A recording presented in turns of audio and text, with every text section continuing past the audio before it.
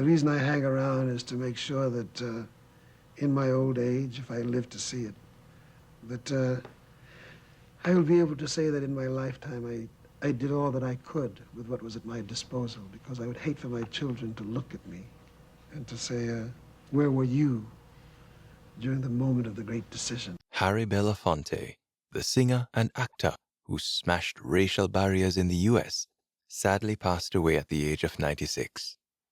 Considered one of the most successful Caribbean African-American pop stars in history, he scored hits with songs like Island in the Sun, Mary's Boy Child, and the U.S. #1, Deo, also known as the Banana Boat Song, which became staples of the calypso genre.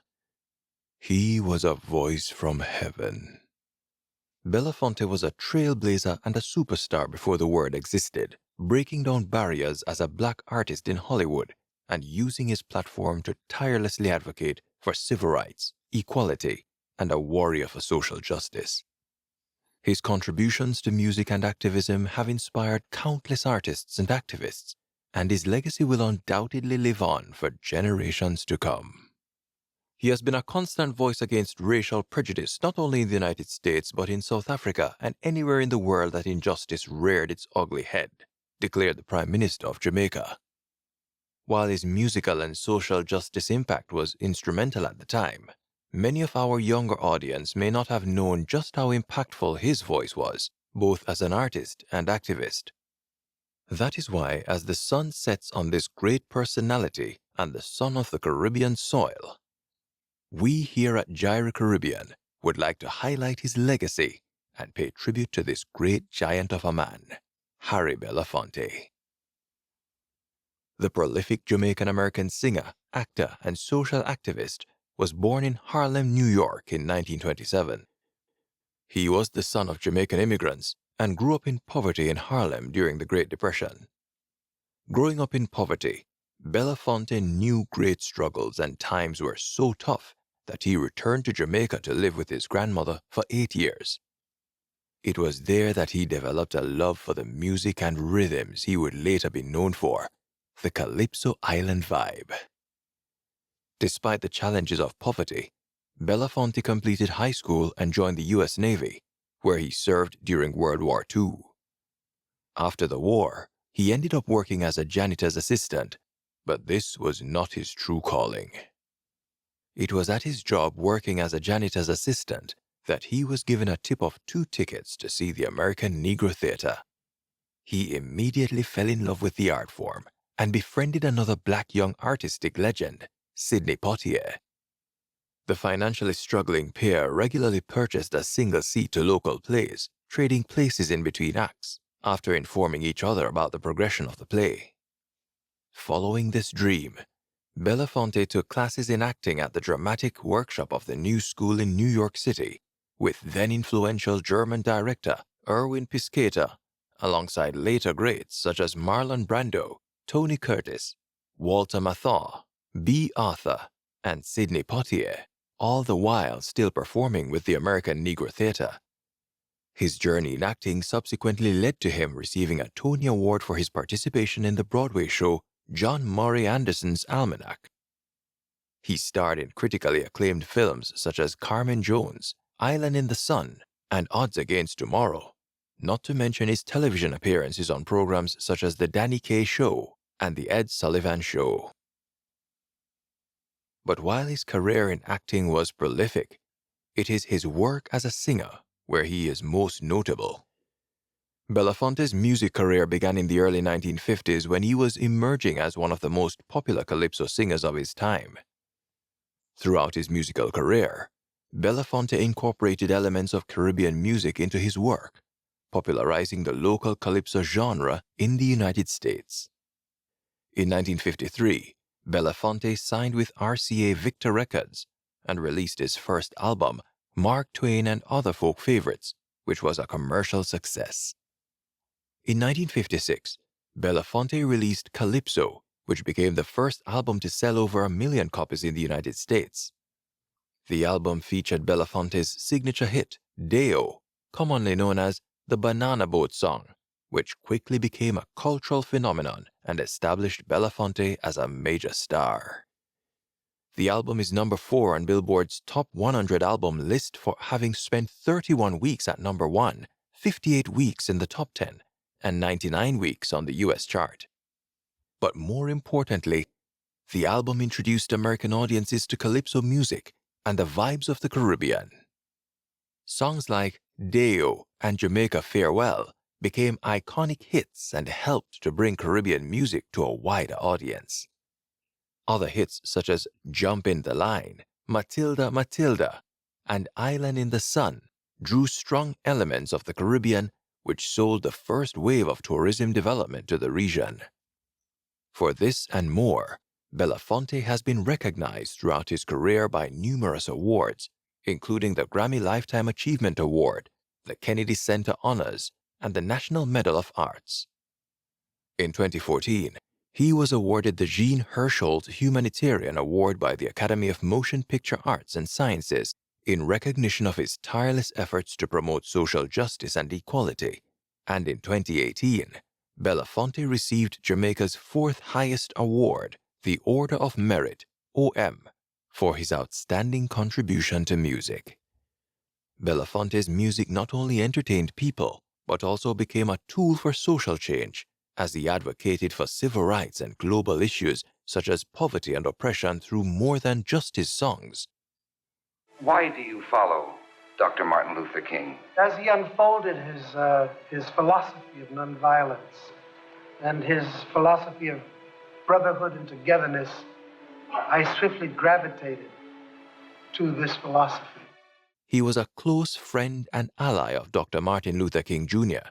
and played a key role in the civil rights movement in the 1950s and 1960s.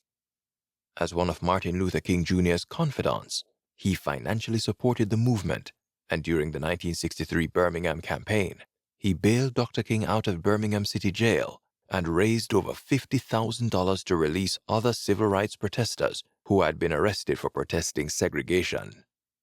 No performing artist in the United States or in the world has raised as much money for the civil rights movement as Harry Belafonte.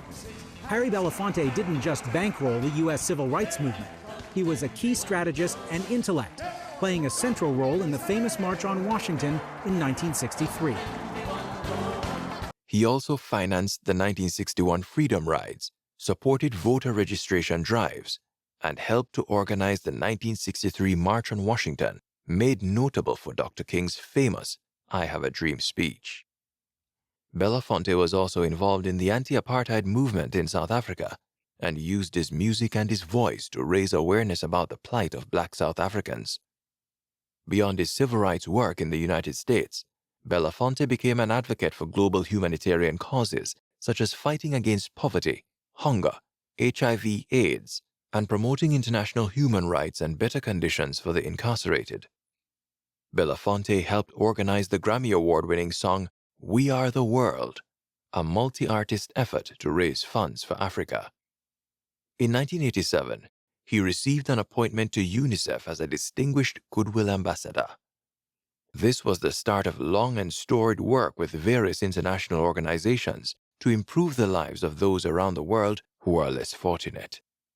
He would often visit both the Caribbean and Africa on humanitarian missions with the aim of drawing attention to the plight of those most in need.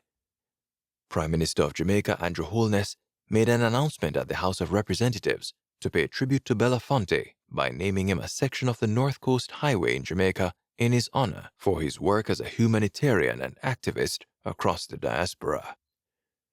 And Harry Belafonte was more than just a musical pioneer or a cultural pioneer, a folk pioneer. But we should bear in mind as well that he was breaking down barriers at a time when the society in which he lived still had laws that segregated people by race. So for him to have the biggest selling album at the time, to become the first Black American to win an Emmy, well, the first Black person to win an Emmy to star in, to play lead roles in box office movies, he would have broken down barriers which we now walk over without recognition.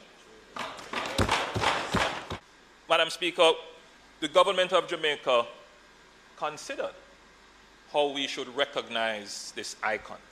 And we concluded that we would name a highway in his honor. Madam Speaker, we approved the naming of a segment of the North Coast Highway from Priory to Salem in St. Anne in honor of Harry Belafonte. The Prime Minister pointed out that Belafonte, quote, is an icon whose pristine voice, soaring melodies, and music on the global stage magically matched the rhythm and power of his stride in the march for equal rights, justice, and empowerment, unquote. In saluting Belafonte's 95 years, the Prime Minister said, quote, Harry Belafonte's fierce defense of the dignity and integrity of our people has inspired us to make our own commitment to the struggle towards the fuller mental freedom asserted by Marcus Garvey. Harry Belafonte has walked with kings and presidents, yet has never lost a common touch. From Jamaica to Rwanda to Kenya to Senegal, he has given voice to the voiceless and hope to the downtrodden, unquote, Holness added.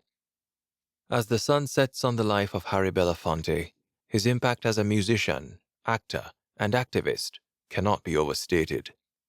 His music entertained and inspired generations, while his activism and philanthropy have helped to create positive change both in the United States and around the world. Belafonte's contributions to the civil rights movement, anti-apartheid movement, and global humanitarian causes have made him a trailblazer in social justice and activism. His legacy will continue to inspire new generations of artists to use their reach and talent for social change, as voices are a resource to make a difference in the world. We have indeed lost a giant. My peers have stepped to the plate and said, job well done. And I think that alone was worth the whole journey. He was able to do something for us that not only our race benefited from, but the whole world benefited from and continues to benefit from today. Daylight come and me want go home. In a video we published here on J-irie Caribbean recently, Harry Belafonte was listed as one of the most powerful and influential Caribbean men in the diaspora globally. Check it out by clicking this link.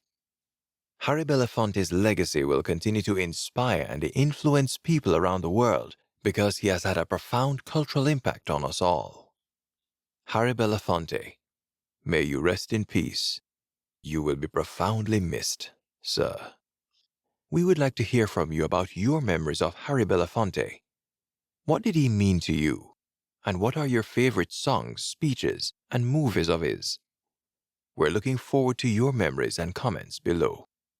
Please, don't forget to like, subscribe, share our channel with others, and turn on the notification bell for our next video as we explore the Caribbean, its people, and rich cultures together. As always, we would like to thank you for watching. See you in the next video. This is J-irie Caribbean.